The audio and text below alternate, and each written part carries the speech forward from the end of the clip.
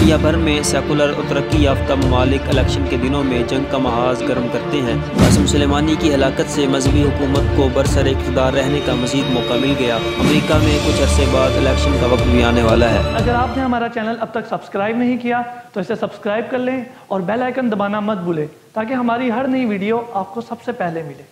حصول اقتدار کے لیے جدید دنیا جس قدر انسانیت سوز اقدامات کرتی ہے، تاریخ انسانی میں اس کا تصور بھی ممکن نہیں تھا۔ مغربی دنیا جو بظاہر پرامن انتقال اقتدار اور حصول اقتدار کی مالا جپتے ہیں، وہ سب دھوکہ ہیں۔ عالمی سیاسی بساط پر اس ضمن میں انتہائی مکروہ چالیں چلی جاتی ہیں۔ اس مکروہ دھندے میں جدید دنیا کو لیڈ امریکہ کر رہا ہے۔ کروڑوں ریڈ انڈینز کو قتل کرنے سے لے کر قاسم سلیمانی کے قتل تک خون ریز کہانی ہے۔ بل کلنٹن کے خلاف جب مواخذہ بل پیش ہونے کا وقت آیا تو اس نے عراق پر بمباری شروع کر دی تھی۔ اسی کے جانشین ڈونلڈ ٹرمپ نے یہی کام کیا جب اس کے خلاف مواخذہ کا بل پیش ہونے جا رہا ہے۔ امریکہ میں کسی صدر کے مواخذے کا مطلب ہے کہ ان کے خلاف الزامات کانگریس میں لائے جائیں جو مقدمے کی بنیاد بن سکتے ہیں۔ اس کا مقدمہ سینٹ میں چلتا ہے۔ کچھ عرصہ قبل ہندوستان میں الیکشن کے دوران مودی نے بھی قتل و غارت اور جنگ کا بازار گرم کیا تھا۔ امریکہ میں کچھ عرصے بعد الیکشن کا وقت بھی آنے والا ہے۔ دنیا بھر میں سیکولر اور ترقی یافتہ ممالک الیکشن کے دنوں میں جنگ کا محاذ گرم کرتے ہیں۔ کمزور ممالک پر حملہ آور ہوتے ہیں، ہزاروں لوگوں کو اس جنگ کا ایندھن بناتے ہیں۔ ایرانی 62 سالہ میجر جنرل قاسم سلیمانی کا قتل بھی امریکہ اور ایران کی کچھ ایسی ہی چال کا نتیجہ ہے۔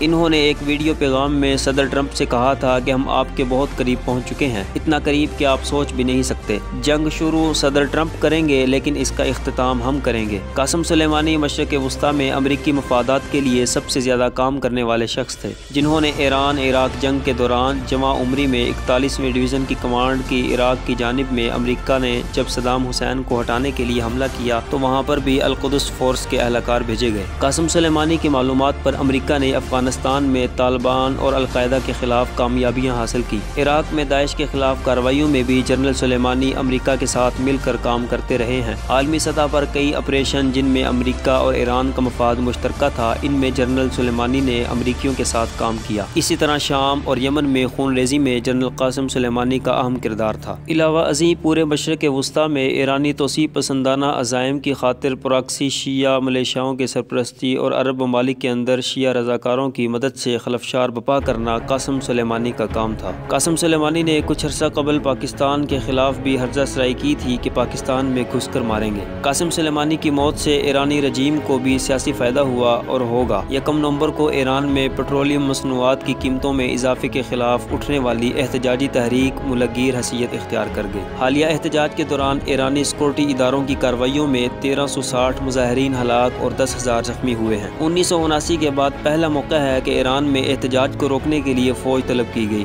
فوج نے دوسرے سیکورٹی اداروں کے ساتھ مل کر ملک میں جاری پرامن احتجاجی تحریک کو ایک خونی تحریک میں بدل دیا۔ ایران میں احتجاج کا سلسلہ شمالی خراسان اور جیلان سے شروع ہوا۔ اگلے چند روز میں احتجاج کا دائرہ 974 شہروں تک پھیل گیا۔ ایرانی ولایت فقیہ کی مذہبی حکومت کو سخت عوامی مزاحمت کا سامنا تھا۔ قاسم سلیمانی کی ہلاکت سے ایرانی قوم کی توجہ کو مہنگائی، بے روزگاری کے خلاف احتجاج سے ہٹا کر جنگ کے لال جھنڈے میں الجھا دیا گیا۔ پوری قوم جذباتی ہو کر اب قومی مفاد میں حکومت کے خلاف نہیں بلکہ امریکہ کے خلاف ہو جائے گی۔ قاسم سلیمانی کی ہلاکت سے مذہبی حکومت کو برسر اقتدار رہنے کا مزید موقع مل گیا۔ تیل کی قیمتیں بڑھا کے آئل ایکسپورٹ کو فائدہ مل گیا۔ اس کے علاوہ امریکہ نے ایران کو حملہ نہ کرنے کی صورت میں پابندیاں ہٹانے کا اندیہ بھی دے دیا ہے۔ قاسم سلیمانی کا قتل امریکہ اور ایران کے تعلقات میں ایک نیا موڑ ثابت ہوگا۔ وہیں دنیا بھر کے شیعہ نوجوانوں سے شیعہ ملیشیاؤں کو ان گنت بھرتیاں بھی مل جائیں گی، جس کے ذریعے سے ایران اپنے توسیع پسندانہ عزائم کا مکروہ دھندہ جاری و ساری رکھ سکے گا۔